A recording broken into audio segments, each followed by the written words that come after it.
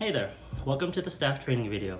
Today we're going to go over asthma, bronchial hyperresponsiveness, or BHR, and obstructive sleep apnea, OSA. We'll take a closer look at each, connect them, and link it back to the staff survey that inspired this video. It showed some strong areas like recognizing when asthma and OSA work together, but also a few weak spots around the basics like BHR and how OSA makes inflammation worse. So as we go through this, I'll bring up some of those results and use them to guide what we'll focus on. All right, starting with BHR, think of it as the airways being overly sensitive. They tighten up too easily, even from small things that normally shouldn't bother them. That happens because inflammation makes the muscles around the bronchi overreact, kind of like a smoke alarm that goes off too easily. In the survey, almost half of you said you weren't very confident explaining what BHR actually is, and only about 54% picked the right confirming PFT marker, that drop in FEV1 after a challenge test.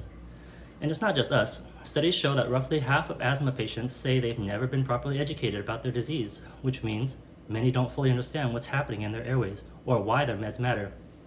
That tells me we could all use a quick refresher. It's easy to overcomplicate when explaining it to patients. What are the triggers? Dust, smoke, allergies, even cold air or a hard workout, stuff we see daily.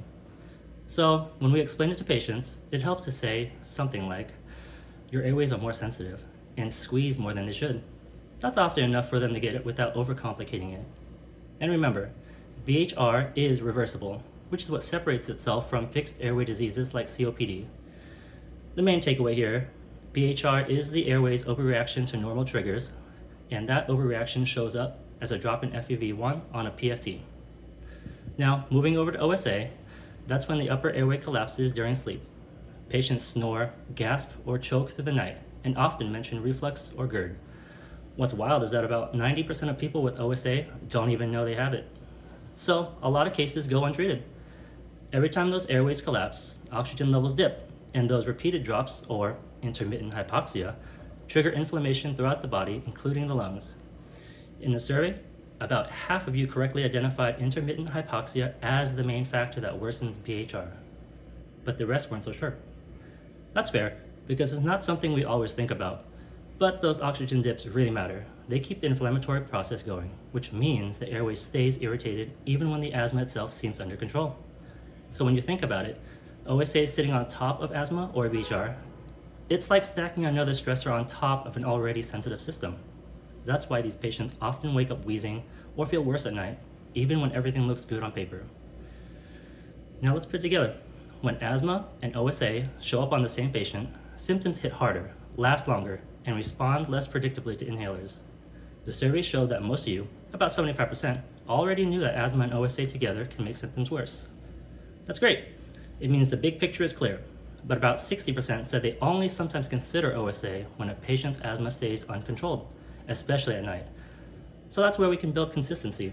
Some patients do everything right, but still wake up wheezing. Instead of increasing meds, let's ask what else could be happening underneath.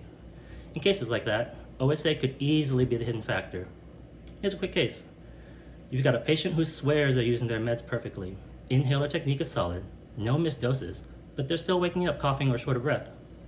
That one word, nighttime, should trigger your thought process. Could OSA be part of this? When we identify and treat the sleep apnea, often with CPAP, asthma control improves dramatically, sometimes without changing the medication at all. That's the key takeaway. Sometimes what looks like difficult asthma is really just untreated OSA feeding the fire. So to wrap this up, here are the big points. BHR means overreactive airways. Explain it simply so patients understand what's going on. OSA adds fuel to the fire through intermittent hypoxia. It keeps inflammation active. If someone's having nighttime asthma flare-ups, even when they're doing everything right, always keep OSA in the back of your mind. Overall, the survey showed that while we're strong in recognizing the overlap, our confidence in the individual conditions could use a boost. So this training and future refreshers will focus on filling those gaps while reinforcing what we already know well. Remember, the better we connect these dots, the better we can help our patients breathe easier. Thank you.